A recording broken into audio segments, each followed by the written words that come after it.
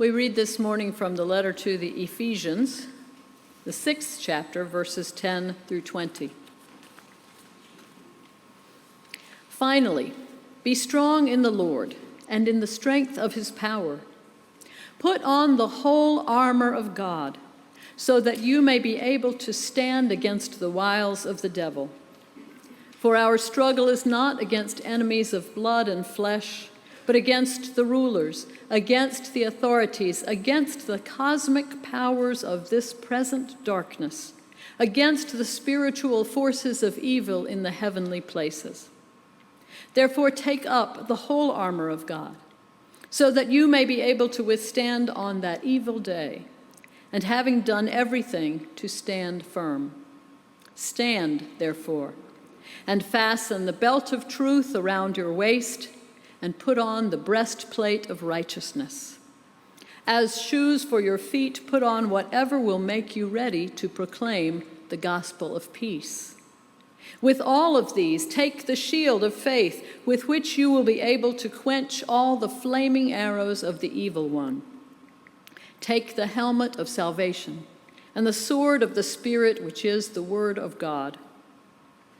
Pray in the Spirit at all times in every prayer and supplication. To that end, keep alert and always persevere in supplication for the saints. Pray also for me, so that when I speak, a message may be given to me to make known with boldness the mystery of the gospel, for which I am an ambassador in chains. Pray that I may declare it boldly, as I must speak. I just want to start by saying that is a lot of armor.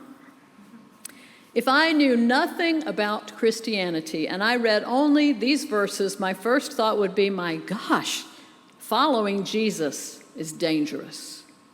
And because it's dangerous, I must be well defended. Thank goodness there is so much armor available: the belt of truth, the breastplate of righteousness, the shield of faith, the helmet of salvation. Having all this armor will protect me from getting hurt. And knowing I'm protected against hurt will give me courage to get out there and live my Christian life. Ironically, the image that this passage brings to mind is a Roman soldier, the kind you see in Bible movies, the kind that arrested Jesus. All clanking chainmail and bronze helmets.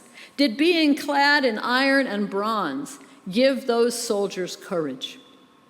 Does modern body armor give courage to today's soldiers and police officers? Do firefighters get their courage from their flame-retardant clothing, or doctors and nurses working with COVID patients get their courage from their hazmat suits? There are all kinds of protections out there, because it takes courage to put yourself every day directly into the path of physical harm. How about sports? Football players obviously need a lot of armor, but not every athlete goes into the field so heavily armed. Shoulder pads and helmets would be a real burden for gymnasts hurling themselves through space, and divers might drown. So where does their courage come from? Last week, a friend sent me a really good article written by Kate Courtney, a mountain biker who recently competed in the Tokyo Olympics. And I learned a lot about courage from her description of a cyclist's experience in competition. Now, apart from the helmet, cyclists really don't have much to choose from in the way of armor. So, no surprise, feeling protected against harm is not what has given Kate Courtney the courage to compete. In fact, in the first part of her article, courage doesn't even come up, even though it sounds like there's a lot that you and I might be scared of. Not just the potential for injury, but the demanding training, the sacrifice of other interests, the potential obstacles, the competition itself, even the travel to Tokyo. But here's what Ms. Courtney writes. My goal of fighting for a medal in the mountain bike race in the Tokyo Games served as an organizing principle in my life. Qualifying for the games gave me an unprecedented chance to pursue what I love with every single fiber of my being. Each tough workout was part of a larger mission. I have never felt more alive. Kate Courtney did not pursue her goal from a defensive crouch, and her courage didn't come from feeling well defended. It came from being fully engaged with her goal. Fully engaged, she was fully alive. But it's like to lose at the Olympics and how you pick yourself up again.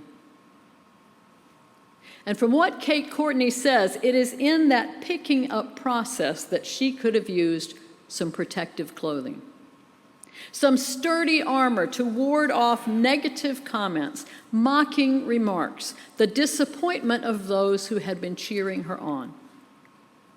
Wouldn't we all sometimes like some armor against that kind of thing?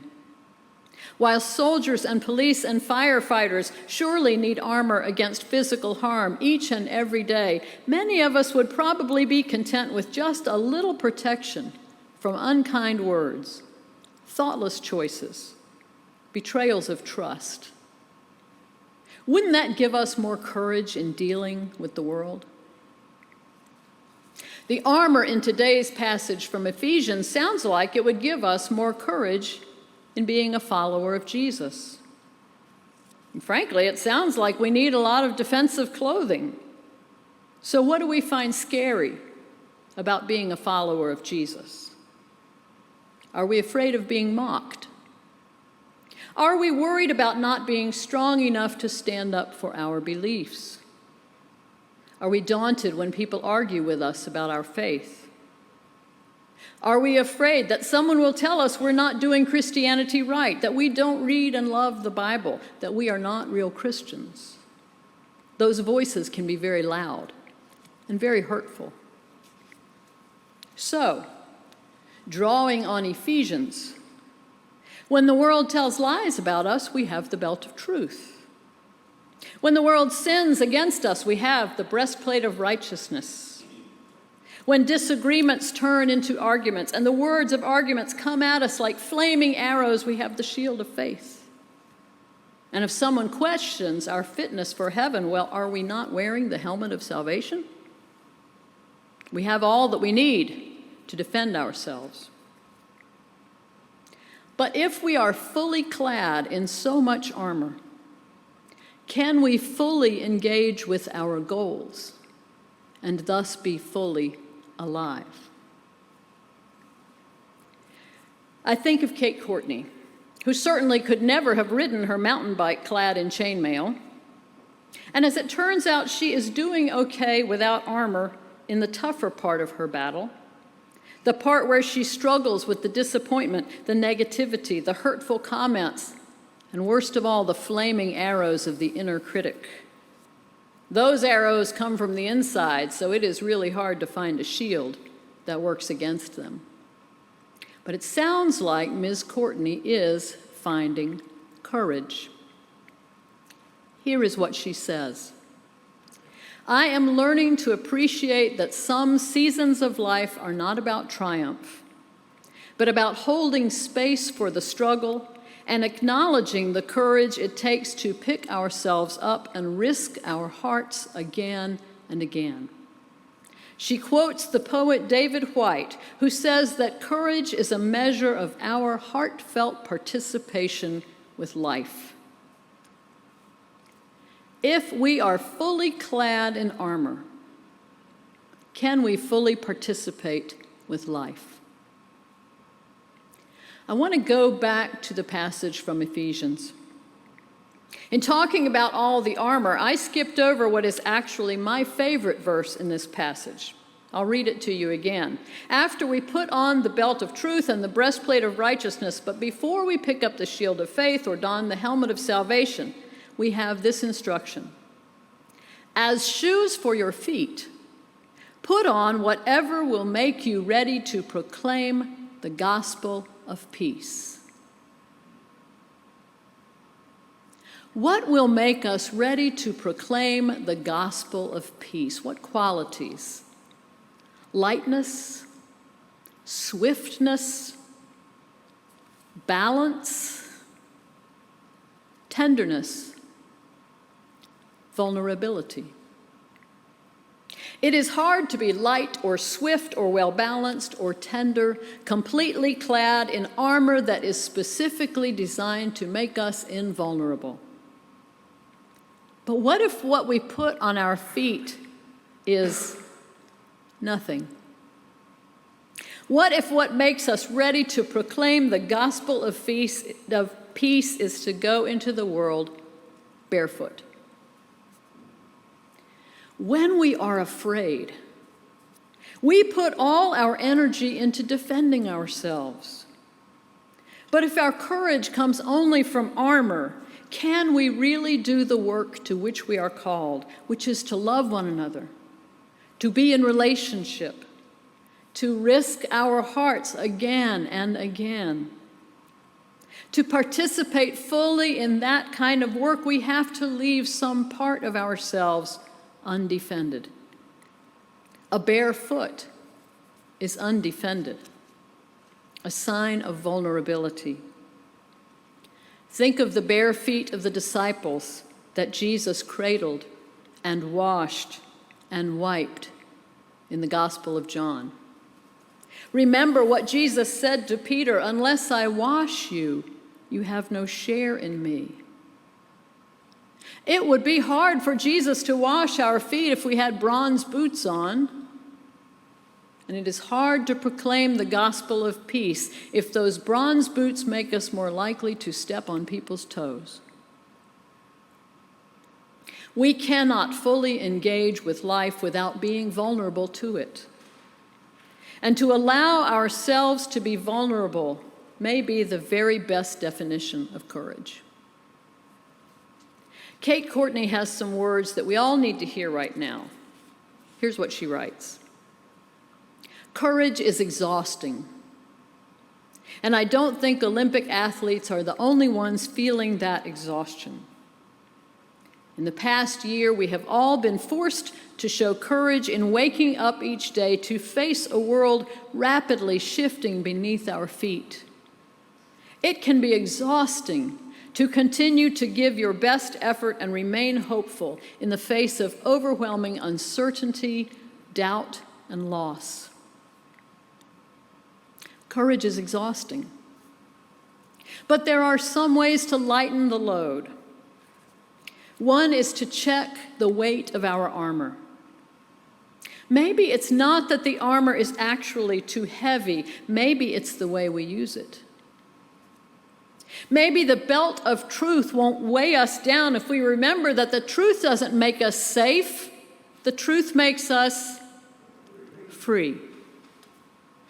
Maybe the breastplate of righteousness won't weigh us down if we remember that righteousness is not defending our beliefs. Righteousness is living our beliefs.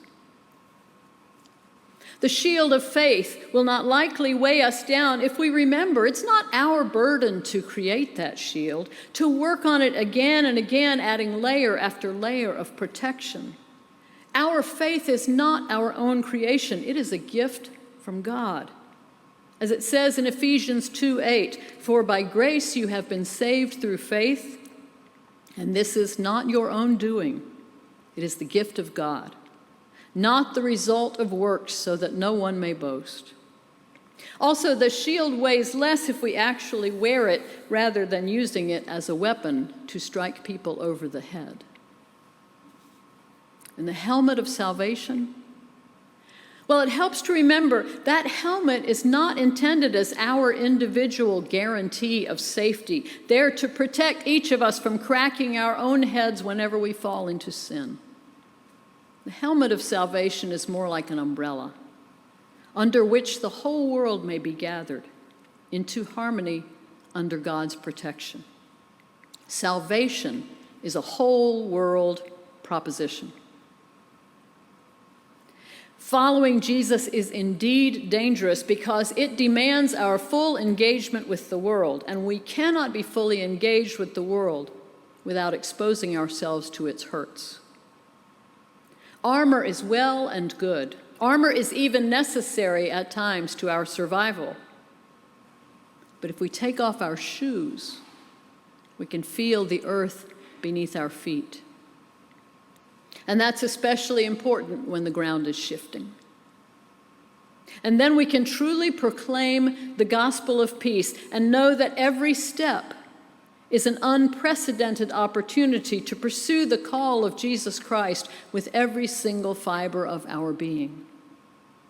And when we fail, and when we mess up, and when we disappoint or we are disappointed, or when we are hurt, and when we lose, we will have the courage to pick ourselves up again and stand on our two bare feet. Amen.